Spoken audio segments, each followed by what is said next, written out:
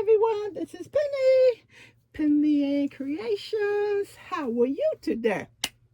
I hope you are having a beautiful day. I was just looking at something, everyone. I show you. It's a hole there. It's a hole. Finally using some of that yarn up, which is good. I'm telling you, knitting. It's a long process. Crochet, you'll be done with something. Knitting, be there forever. Okay, everyone.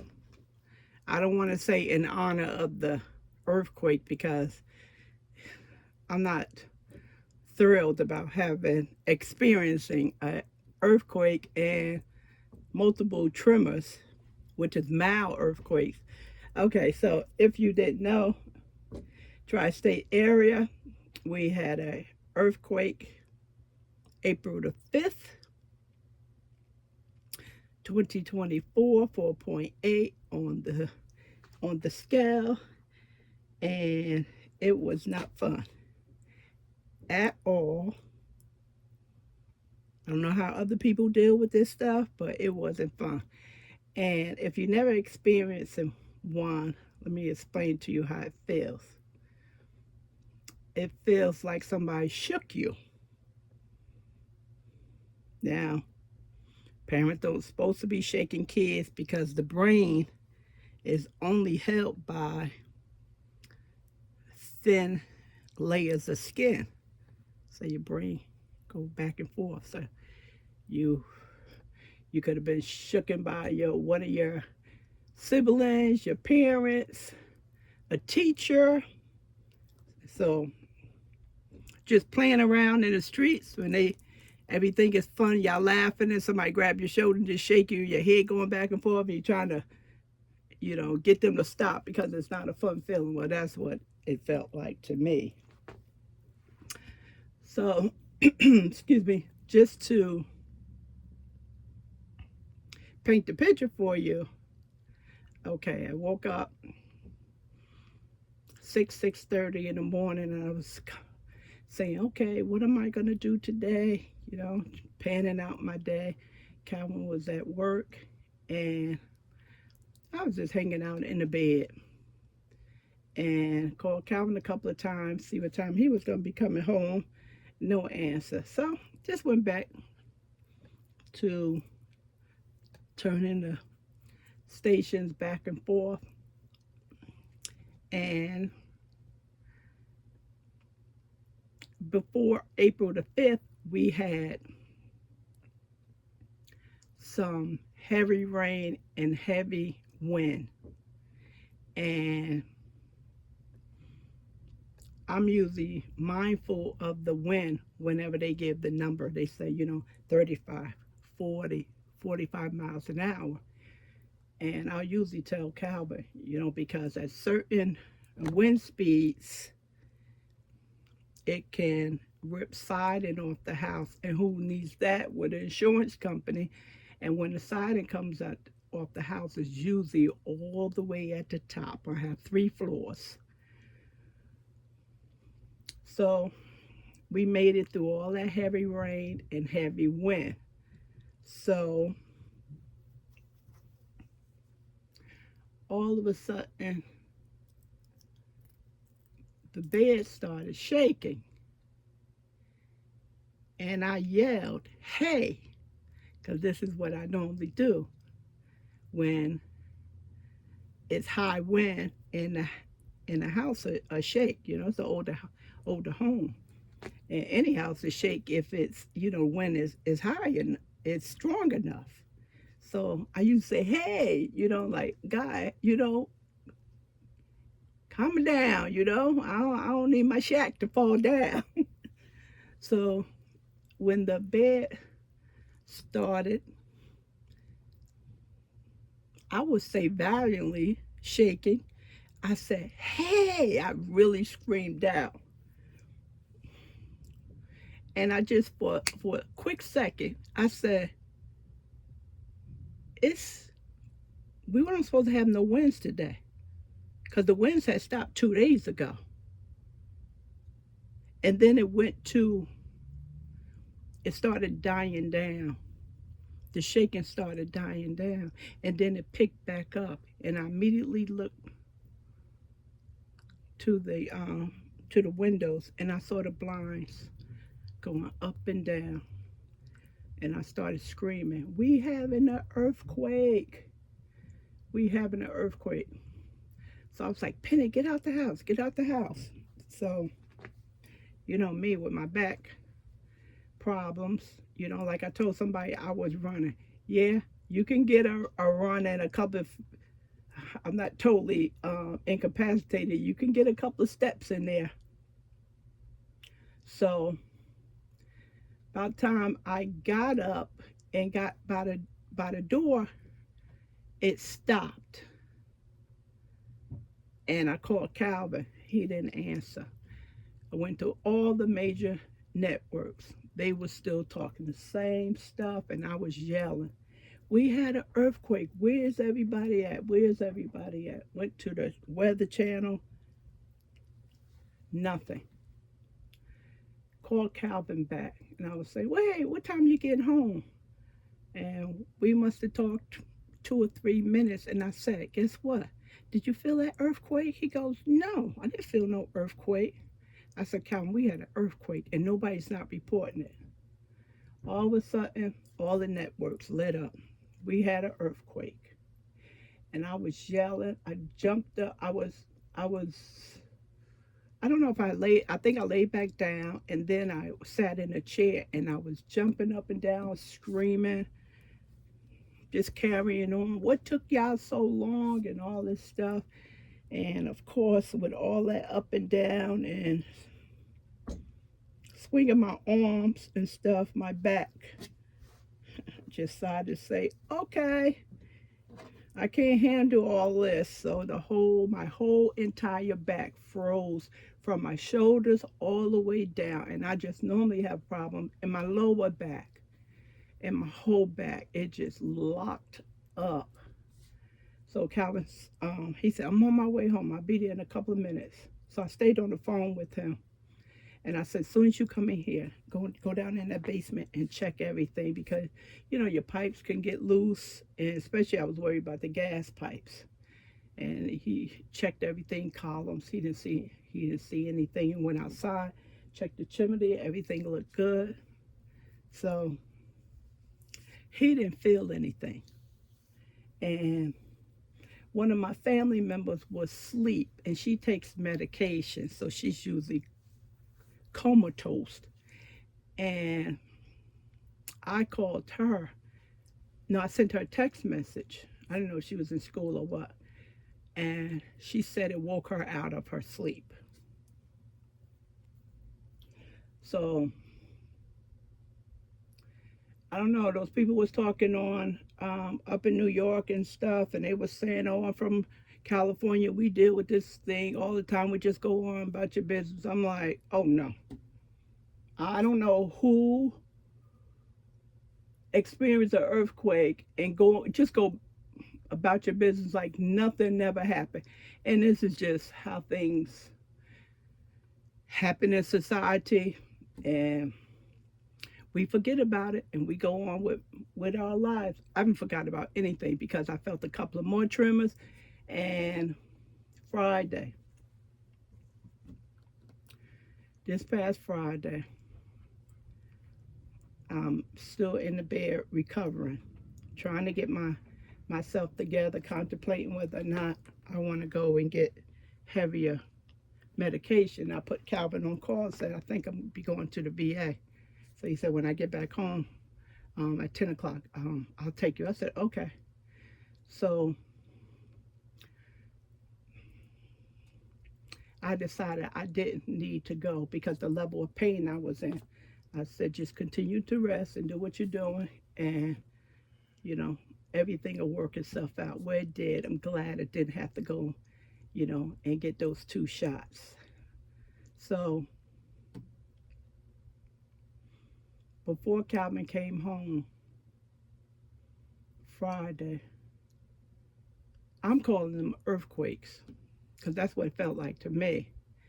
Watching TV again, And all of a sudden, the television in the studio, because they had live up there, it just started doing like this. And I started screaming, oh my God, we having an earthquake, another earthquake. So the people on television, they just kept talking as normal. I'm like, what is going on here? We had an earthquake, y'all. So the guy who was hosting the program, the camera went back to him. He goes, "Did we just had another earthquake, didn't we?" And at the table they said, "Yeah." They said, "I've been in this building many times, and I never felt this building shake, and I felt this building shake." And they didn't even report that one. They didn't even report it. So that's how I found out we had 50 in a little bit over a week. They call it tremors, but the one with Friday, that felt like an earthquake. It felt like it was a strong tremor. I have never been a dazzle and distressed. Calvin knows that about me. I don't look for no man to save me. That ain't a plan. Calvin opens the door for me when we out and about or in the house. He brings me coffee every day, and but I don't need anybody to save me, if you know what I'm talking about. I'm not one of those women who crumbles. I'm not, you know, and I like nice things, and I like my man to take care of me. But I can dress to the nines, and also I can put on my work clothes, and I can get on my knees and cut wood and play in concrete and whatever else I need to do. So that's me. But this thing with this earthquake has definitely have I'm off my game. It has definitely rocked me. So I am trying to get myself back together.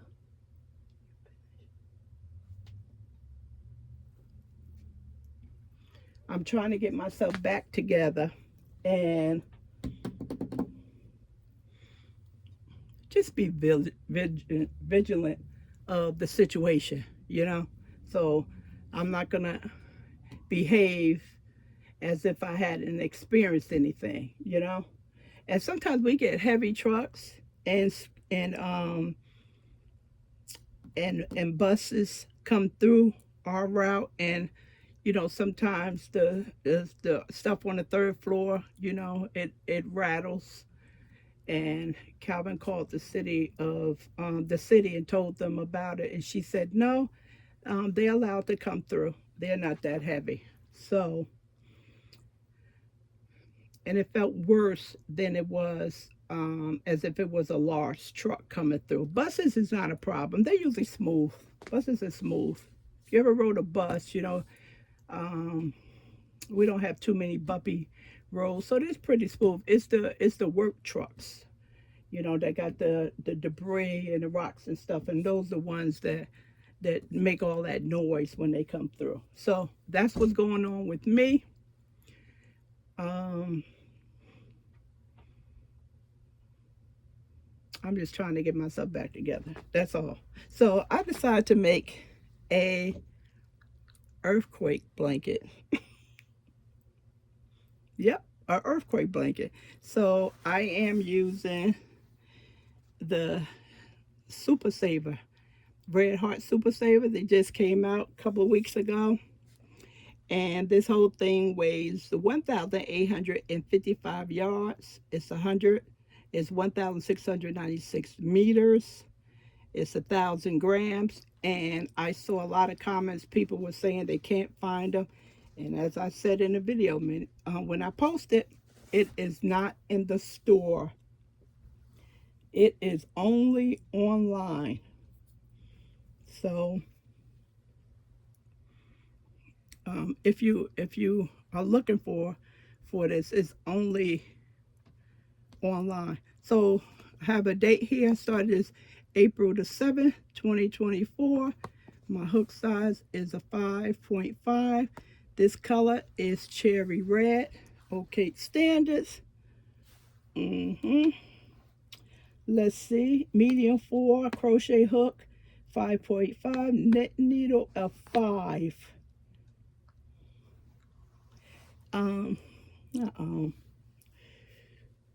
I tell you, when you listen to certain programs, this guy say, so much. Okay. I haven't worked with Red Heart in a while. This yarn right here, it feels heavier to me. It has a heavy feeling with it. And the blanket that I'm making, which is extremely small, it's very dense. It's extremely dense. This pattern, it's okay. It's just that the rows are not even. See, right here. That's why you have this is higher than that side because of the rows. Okay, so this is the no holes granny square, as I always call it. Line Brand was the first one I knew over 5 years ago that came out with the pattern, and hopefully I can put the link in the description area. And if you check YouTube, so many people is doing their own version of this. I like this opposed to doing the regular granny square. This feels, it's so dense. It's extremely, it's going to be, this fabric, this blanket is going to be extremely heavy. So I haven't had that much progress with it because it's too heavy for me to work with. You know, crocheting, you be, even though I'm just crocheting, you know, it's not as if I'm lifting stuff, but I only can do it so much, do a day, or, you know, my recovery will take much longer, you know, as far as if I would just rest and not do anything. So I have not touched this in a couple of days. Because of the pulling and the moving was just too much for me to work on. Now, I do want to show you one thing on here. Let me see.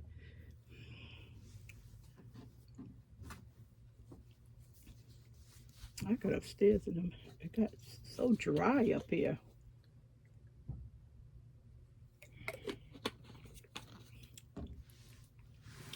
See if I can show you this.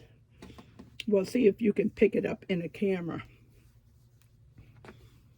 It can show through the camera. Oh yeah, it shows. See that? Let me find it. Okay. So see that right there coming down? That's the seam. That's the seam.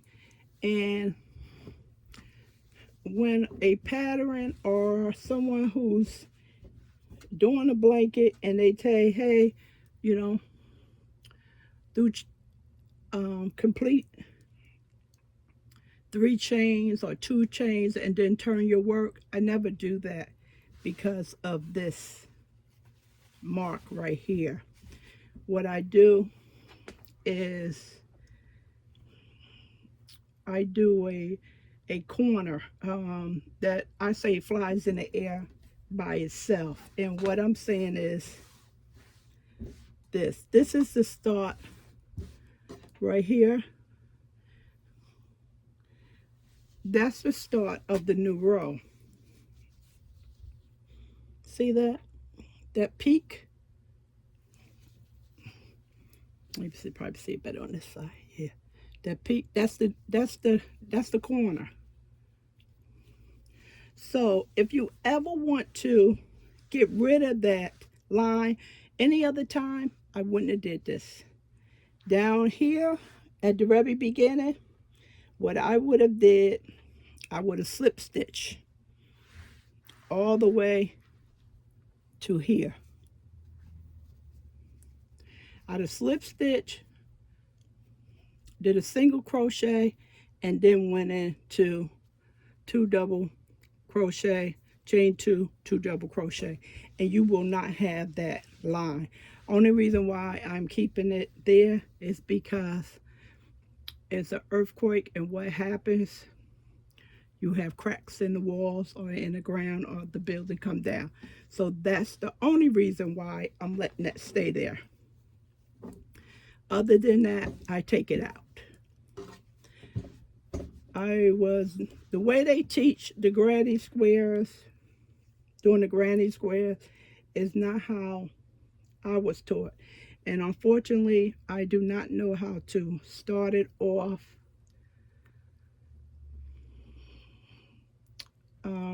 when I was taught. I wasn't never taught how to start the blanket off. I was taught how to crochet. So I was taught everything besides how to start it off. And during that process, it was never a chain up of anything. It was just continuous crochet. That's all it was. So we get a new library, and hopefully I can visit the library. I've been saying this for a couple of years, and find me an old book. So I think it has to be somewhere anywhere from start maybe 50s, 60s, or because I was taught in the 70s. So, and all of the books that's written now have the new way of doing it, and you get all of these lines through your stuff. So that's why I'm leaving that there, because it reminds me of, a crack in the wall that an earthquake makes if it causes damage to your house or your building. So if this, I'm telling, I don't know, I haven't been following Red Heart at all, haven't used Red Heart, but it just feels so much thicker. It doesn't feel light to me. It feels very heavy. And whenever I use Red Heart, I always use a 5. Regardless what the label says, I always use a 5. I cannot use a 5 on there. I have to go with the 5.5. So I'm not sure when is this going to get finished, because if we get warm, it's hot up here already. That was another thing. Delayed some of my video, and because I didn't feel like dealing with the heat up here. So we will get it together. Now, oh my goodness. Okay, wait, hold on.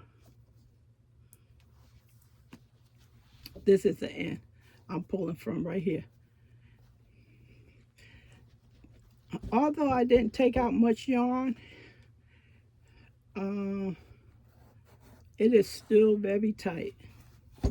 It is still very tight. So I couldn't find the beginning, so I had to really put my hand in it, and I had to pull out a big chunk like that. And I pulled it out like that. And then I peek in here, and oh, there we go. So that's how I had to do it, because it was so tight. They're so packed. So if you buy one of these, I would suggest you do a center pull, and if the starting of the yarn is not visible, just go in there and pull a chunk of it out. It's all nice and even when it comes out. See how pretty? See See,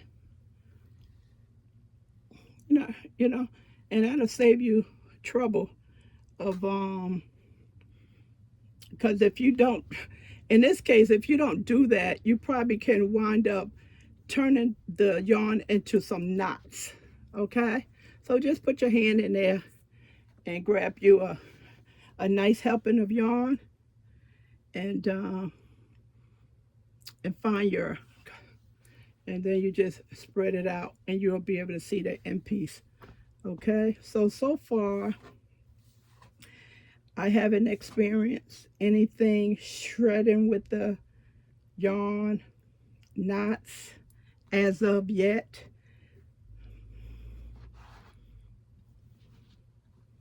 So